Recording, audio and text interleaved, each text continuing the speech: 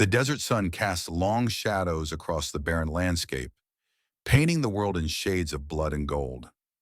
A lone figure swung gently from the branch of a withered oak, his shadow dancing across the parched earth. Mason Reed, once a feared Texas Ranger, now hung like a common criminal, the rope around his neck cutting into flesh as life ebbed away. The faces of Blake Harrow and his men blurred beneath him, their laughter fading as darkness closed in. Then came the sound, a sharp crack as the ancient branch surrendered to weight and destiny. Mason hit the ground with the force of judgment, dust exploding around his broken body. The gang had already ridden off, leaving him for dead among the smoldering remains of the wagon train he'd failed to protect.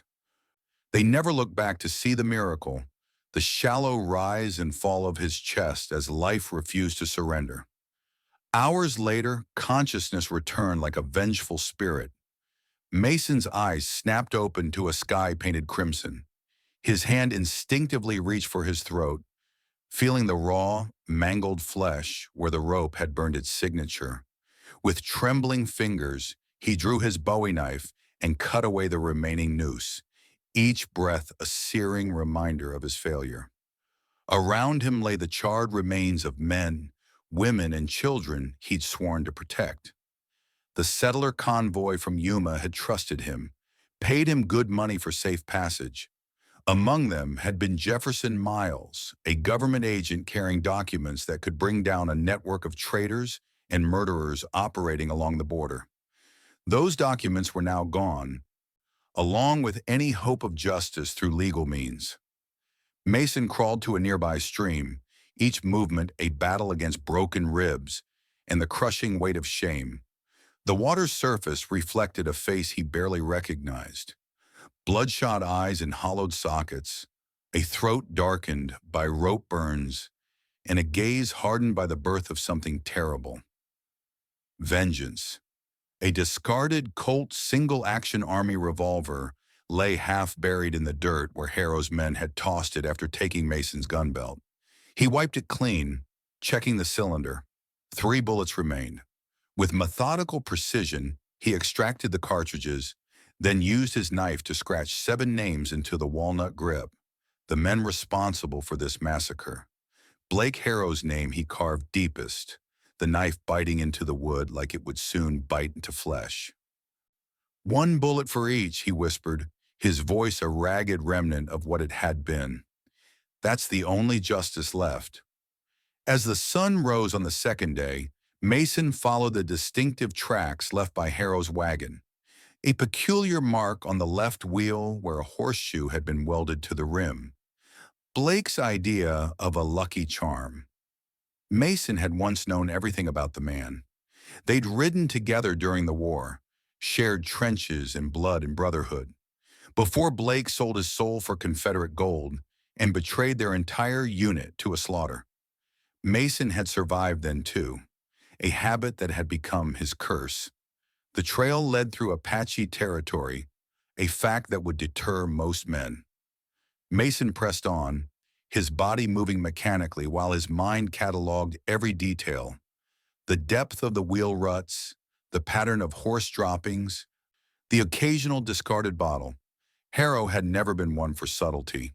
The caravan was heading south toward the Mexican border, where Blake had connections with silver mine operators always hungry for cheap labor. On the 3rd day, Mason found the body of Jefferson Miles, half buried in a shallow arroyo. The man had been tortured extensively, his fingernails removed, eyes gouged out. The documents were gone, but something unexpected lay nearby. A distinctive arrow with red and black fletching embedded in the chest of one of Harrow's men. Someone else was hunting the same prey. Mason examined the arrow carefully. Apache craftsmanship, but not made for war. The shaft was too light, the tip designed for hunting small game. The work of a younger warrior, perhaps, or someone who had crafted it with limited resources. He returned it to his saddlebag, another piece of the puzzle taking shape. That night, Mason felt the eyes watching him from the darkness. He continued his evening ritual, cleaning his gun, checking his meager supplies, tending the small fire. But when he lay down to rest, his hand remained on the Colt's grip, finger resting lightly against the trigger guard. The attack came with the false dawn, silent and swift. Mason rolled instantly, bringing up the gun in a fluid motion born from years on the frontier. The figure froze, bow drawn, arrow aimed directly at Mason's heart. "You move, you die," Mason said, his voice like gravel against steel. "I count 3 seconds before I put a bullet between your eyes." The warrior stood motionless, face painted with red and white stripes that caught the firelight. Young, perhaps 30, but with eyes that had seen more death than most men twice his age. "You follow the men who took my brother," the Apache said, his English precise but heavily accented. "The men who burn wagons and steal people." Mason didn't lower his weapon, but recognition flickered in his eyes. "You put an arrow in one of Harrow's men, back at the massacre site." The warrior's expression revealed nothing.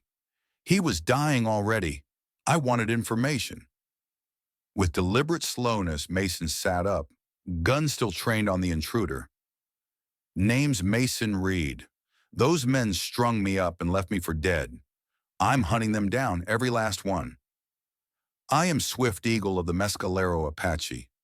The man you call Harrow took my brother Running Wolf, the chief's son, entrusted to my protection." A slight tremor in his otherwise steady voice betrayed the stakes. "If he dies, I must follow him to the spirit world." Mason studied the warrior, weighing options against instincts. Finally, he lowered his weapon. "Harrow's heading for the border with at least 20 men. He's got connections with the Mexican silver mines. They pay good money for strong backs, no questions asked." Swift Eagle lowered his bow but kept the arrow nocked. "You know this man well." It wasn't a question, but Mason answered anyway. "We rode together once, 12th Cavalry during the war. He sold information to the Confederates, got half our unit killed." Mason's hand unconsciously moved to a long scar running down his left side. "Been hunting him ever since." The Apache's eyes narrowed. "Then we share purpose." With practiced efficiency, Mason reloaded his revolver, the metallic clicks punctuating the stillness of dawn. "I work alone." Swift Eagle moved closer, firelight casting harsh shadows across his weathered features. "Alone you will die. Alone my brother will die." He extended his arm, palm up, revealing a jagged scar across his palm. "Blood bonds do not break. This is the Apache way." Mason stared at the outstretched hand. Partnership meant compromise, responsibility, more lives he could fail to save. But Swift Eagle was right. Alone against Harrow's gang meant certain death.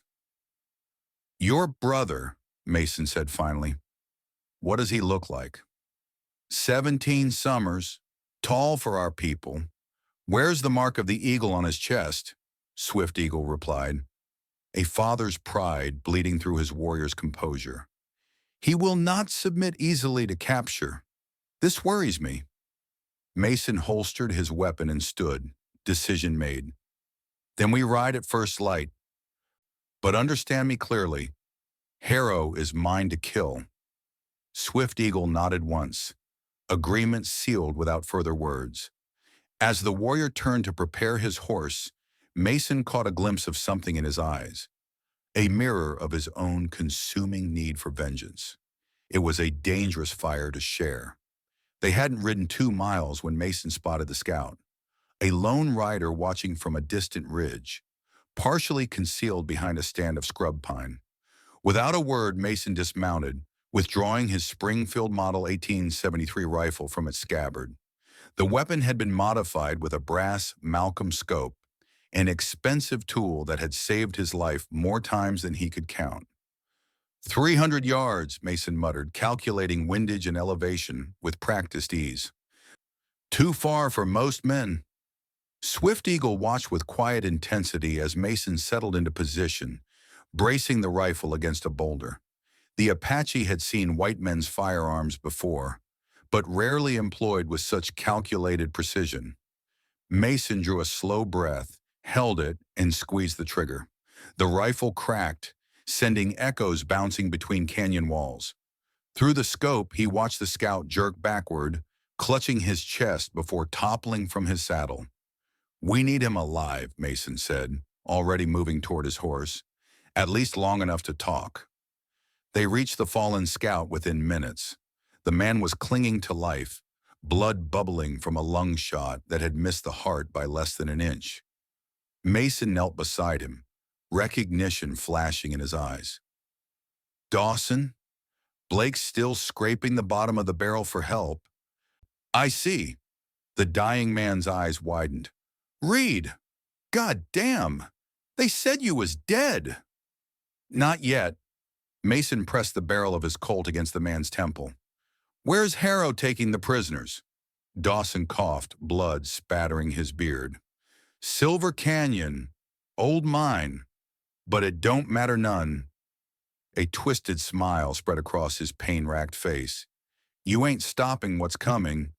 Harrow's got Gatlings, new models, enough firepower to level half of Texas."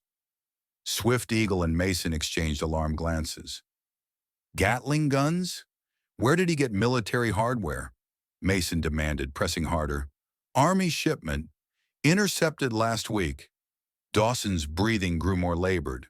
"They're going south, arming up the revolutionaries, gonna carve out new territory, both sides of the border." Mason's blood ran cold. This wasn't just about human trafficking or old scores. Harrow was playing a bigger game, providing weapons for an insurrection that could reignite conflicts barely cooled since the war. "Who's backing him?" Mason pressed. "Names, Dawson. Who's pulling strings in Washington?" But Dawson's eyes had already glazed over, his final secret dying with him. Swift Eagle knelt beside the body, examining the man's possessions with methodical precision. From a hidden pocket, he withdrew a folded document, a crude map marking the location of a fortified compound just miles from the Mexican border. "If your enemy brings thunder weapons to my lands," Swift Eagle said grimly, "many tribes will die." Mason studied the map, committing it to memory before returning it to the Apache. "If Harrow delivers those Gatlings, there won't be a safe place left for any of us." His jaw tightened with grim determination. "We need to move faster." The desert showed no mercy as they pushed southward, the sun beating down with malevolent intensity. They traveled mostly in silence, each man lost in private thoughts and memories. During brief rests, Mason methodically cleaned his weapons, a ritual that kept both equipment and mind sharp. Swift Eagle observed with evident curiosity. "The iron speaks to you," the Apache noted, as Mason disassembled the Colt with practiced efficiency. "Like a living thing." Mason didn't look up from his work. "Treat a gun like a tool. It'll fail you when you need it most. Treat it like a partner. It'll save your life." "My people believe all things have spirit," Swift Eagle replied. "Even the weapons of the white man." With deliberate patience, Mason extended the revolver, grip first toward the Apache. "Ever fired one?" Swift Eagle hesitated, then accepted the weapon, testing its weight. "We trade for rifles sometimes. Pistols are rare." "Difference between a rifle and a revolver isn't just size," Mason explained, slipping into the role of instructor with natural ease. "Rifles for distance and precision. Revolvers for close quarters and quick decisions." For the next hour, Mason demonstrated the fundamentals: loading, aiming, managing recoil. Swift Eagle proved an apt pupil, his hunter's eye and steady hands translating well to this new weapon. By the sixth shot, he was hitting targets with respectable accuracy. "Your brother," Mason asked as they prepared to ride again, "he's more than just the chief's son to you." Swift Eagle secured his bow across his back, expression guarded. "My sister was his mother. She died in childbirth. His father, our chief, was killed by soldiers 3 winters ago. A shadow crossed his features. I swore to protect him with my life. If he dies while under my protection, I must take my own life to accompany him to the spirit world. Mason recognized the burden of that oath. It was etched into his own soul. Man can spend his whole life trying to outrun his mistakes, he said quietly. Never works. Swift Eagle studied him with newfound understanding. This is why you hunt harrow alone. You seek to wash away old blood with new. Mason didn't answer, but his silence was confirmation enough. As twilight approached, they reached a narrow canyon, a natural bottleneck that couldn't be avoided on their path south. Mason surveyed the high walls with practiced suspicion. Perfect place for an ambush, he muttered, eyes scanning the ridgelines. Swift Eagle nodded in agreement. They know we're coming. Then let's not disappoint them. Mason checked his weapons one final time. Stay close to the eastern wall. First sign of trouble, find cover. They entered the canyon at a steady pace, senses heightened to every shadow and sound. The silence was oppressive, broken only by the soft crunching of hooves on gravel. They had traveled perhaps 100 yards when Mason spotted the first glint of metal from the ridge above, sunlight reflecting off a rifle barrel. Down, Mason shouted, spurring his horse forward as the first shots rang out. Bullets ricocheted off stone as both men scrambled for cover behind a cluster of boulders. Mason returned fire with measured precision, dropping one ambusher with a clean shot to the chest. Swift Eagle unsheathed his bow, sending arrows with deadly accuracy toward the hidden attackers. I count 5, Mason called out between shots. 2 on the north ridge, 3 south. A bullet grazed Mason's shoulder, tearing through fabric and skin. He barely registered the pain, years of combat having dulled his response to minor wounds. With practiced speed, he reloaded his revolver, then executed a maneuver few men could attempt, the fan fire. Holding the trigger down, he used his left palm to repeatedly strike the hammer, sending a rapid succession of shots toward the northern ridge.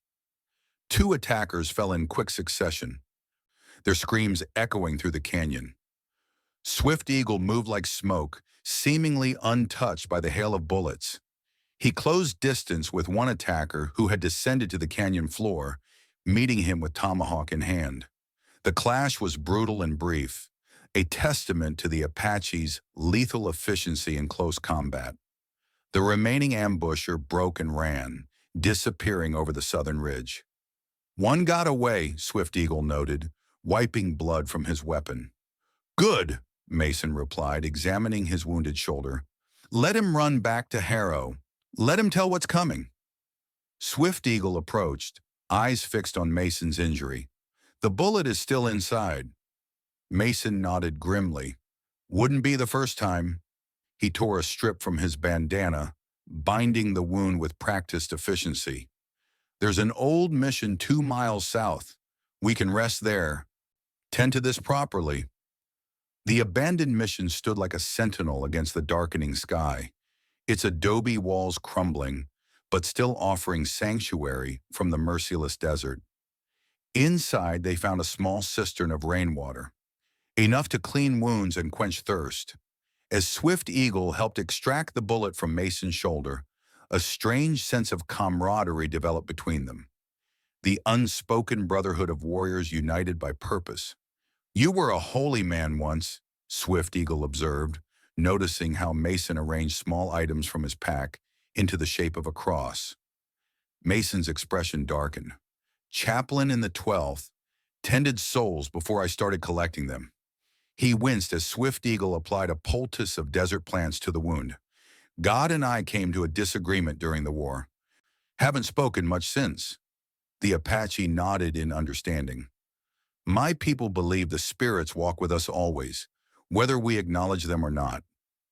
They rested through the night, taking turns standing watch. By dawn, they were back on the trail, pushing hard toward a trading post where Mason hoped to gather intelligence. The settlement came into view by midday, a collection of weathered buildings surrounding a central well, the crossroads of commerce in this desolate region. Mason recognized a familiar face among the handful of men lounging outside the main building. James Forrester, a former ranger turned merchant.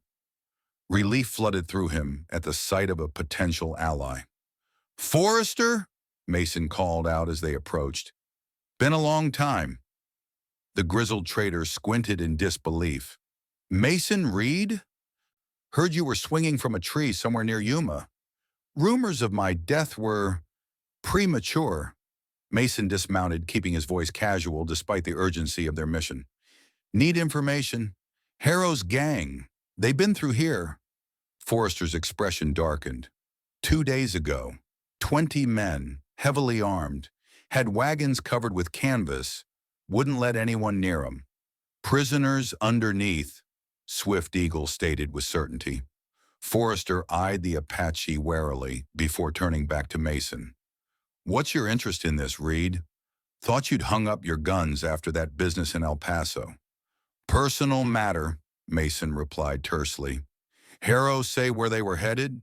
Silver Canyon, old mining operation just north of the border." Forrester lowered his voice. "But that ain't all. Got a federal marshal through here yesterday, asking similar questions. Found him this morning with his throat cut out back." Mason exchanged alarmed glances with Swift Eagle. "Federals involved now?" Forrester nodded grimly. "Whatever Harrow's mixed up in, it's bigger than border banditry. That marshal was carrying documents about arms shipments going missing all across the territory." As they conversed, Mason noticed a man slipping away from the trading post, mounting a horse with suspicious haste. Something about his movement triggered Mason's instincts. "Swift Eagle," he murmured. 3 o'clock. Rider leaving in a hurry." The Apache turned casually, eyes narrowing. "He was watching us since we arrived." "Forrester," Mason said quietly. "That man. Know him?" The trader squinted toward the departing rider. "Showed up couple days ago. Keeps to himself." His expression suddenly changed. "Damnation. I seen him with Harrow's crew when they came through." Without another word, Mason drew his revolver and fired once. At 300 feet, it was a shot few men would attempt with a handgun. The rider jerked, clutching his leg before tumbling from the saddle. "Might have just sent a message to Harrow," Forrester observed. "Good," Mason replied, already striding toward the fallen spy. "Now we'll send one back." The interrogation yielded crucial information. Harrow's operation was larger and more organized than they'd feared. The old silver mine had been converted into a fortified compound, housing not just human trafficking operations, but a growing arsenal intended for rebels across the border. Most disturbing was the confirmation about the Gatling guns. 5 of them, brand new models with increased firing rates, stolen from an army shipment bound for Fort Bliss. With such weapons, Harrow could equip insurgents capable of destabilizing the entire border region.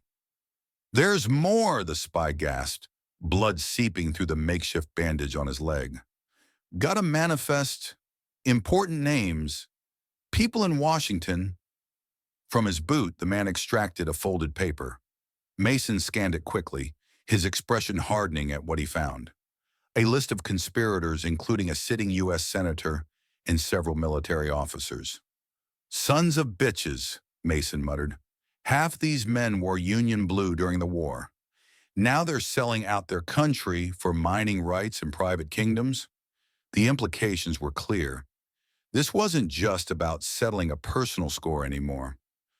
Harrow had aligned himself with forces seeking to reignite conflict along the border, perhaps even carve out an independent territory from American and Mexican land. As they prepared to depart, Forrester pulled Mason aside. "Reed, you're riding into hell with just one man at your side. Those odds don't favor survival." Mason checked his ammunition one final time, expression grim but resolved.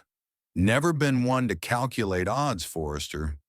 Just consequences." Swift Eagle approached, having overheard.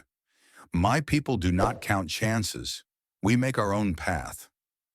Forrester shook his head in resignation. Always figured you'd die with your boots on, Reed. Just thought it might be for a better reason than revenge.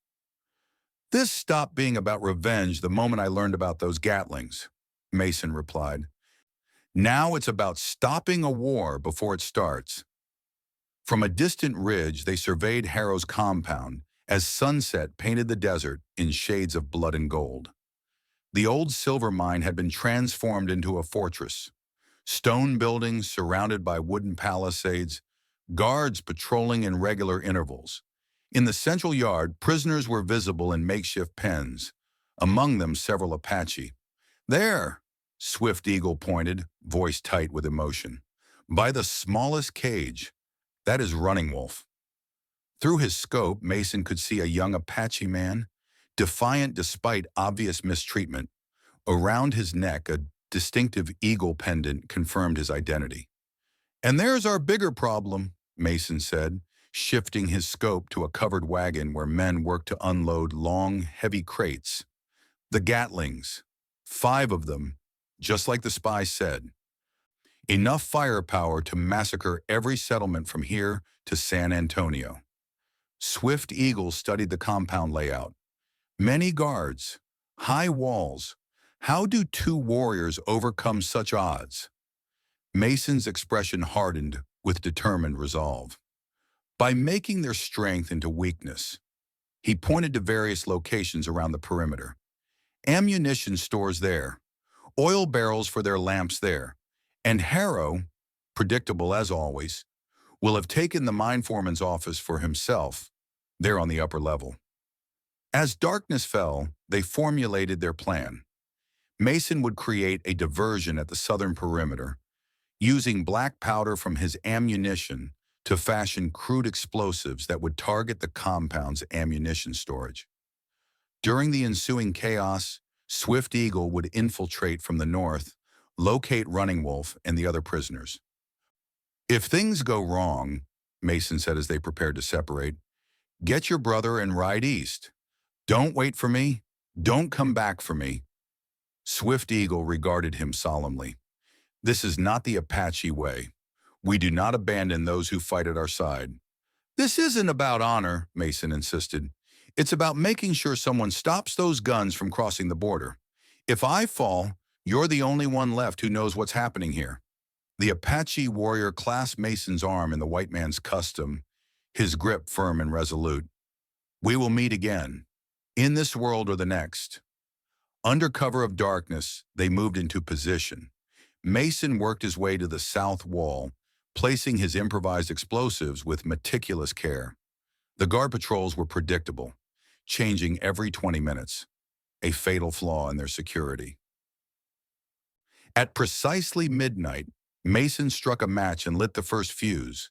The explosion that followed shook the very ground, a fireball erupting into the night sky as the ammunition store ignited in a chain reaction of destruction.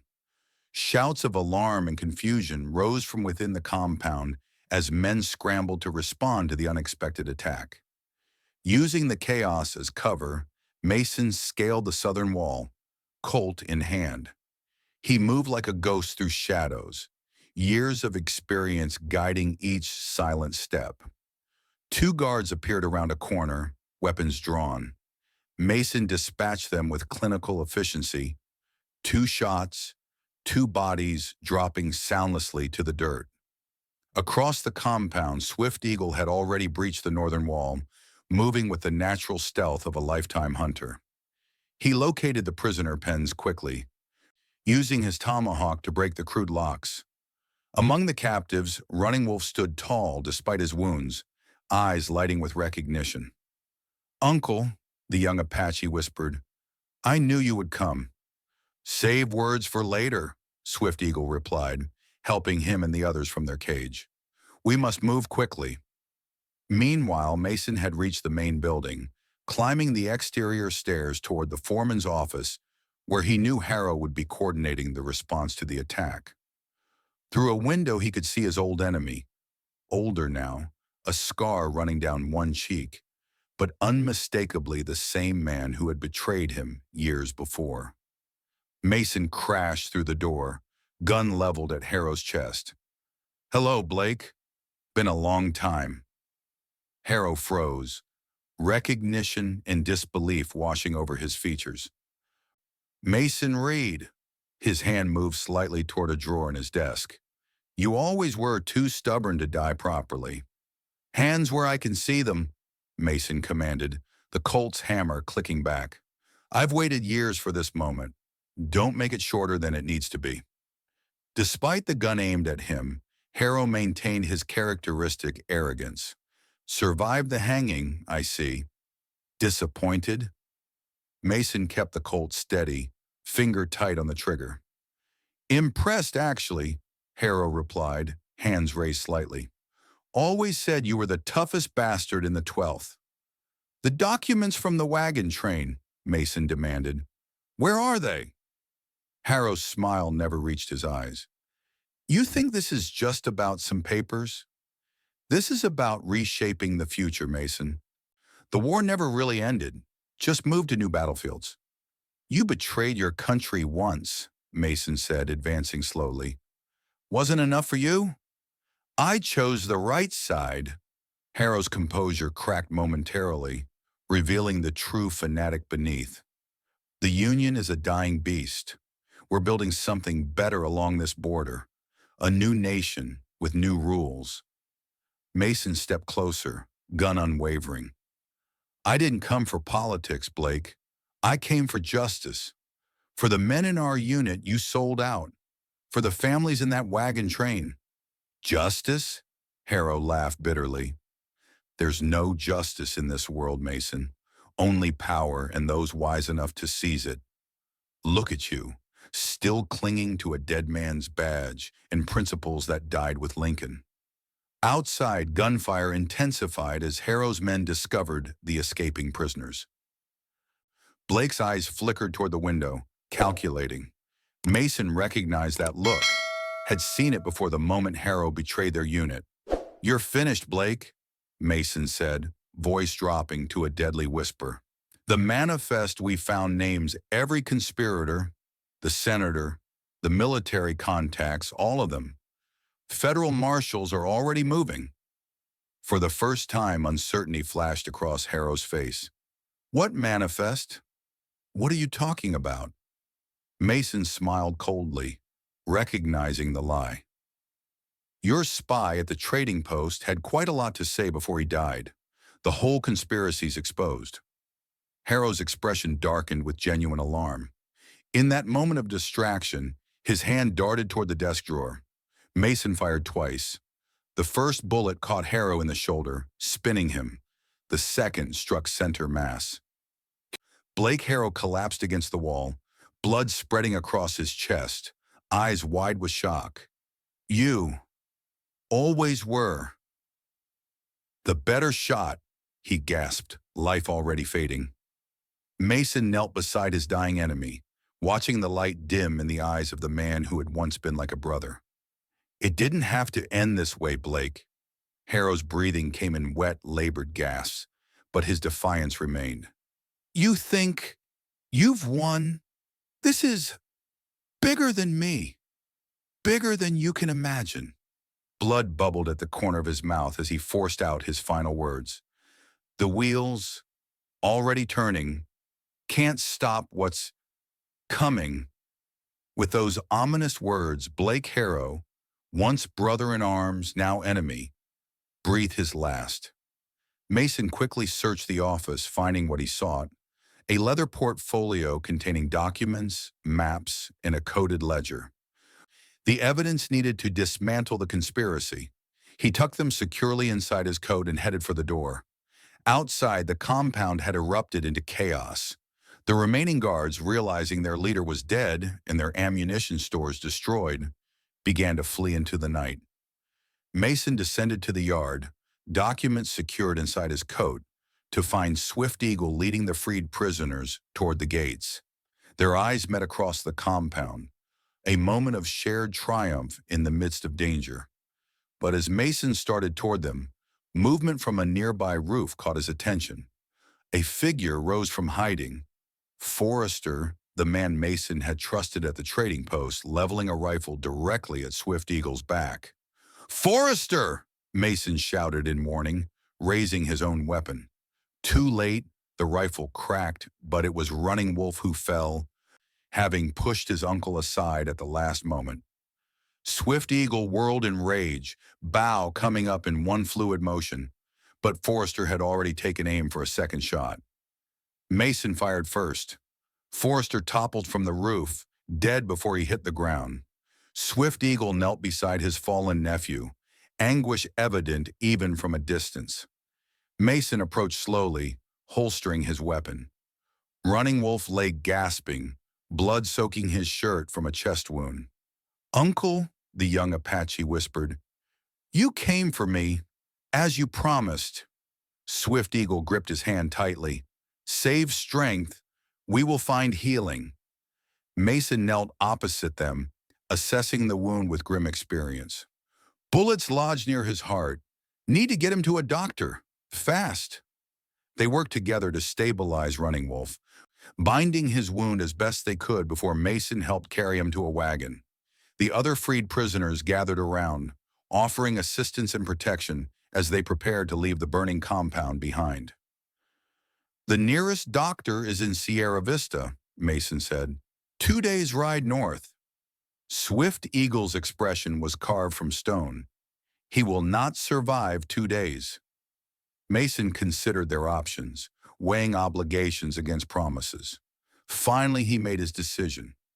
"There's a missionary station a half-day east. Old German doctor there. Patched me up once after a Comanche arrow. Best chance your brother has."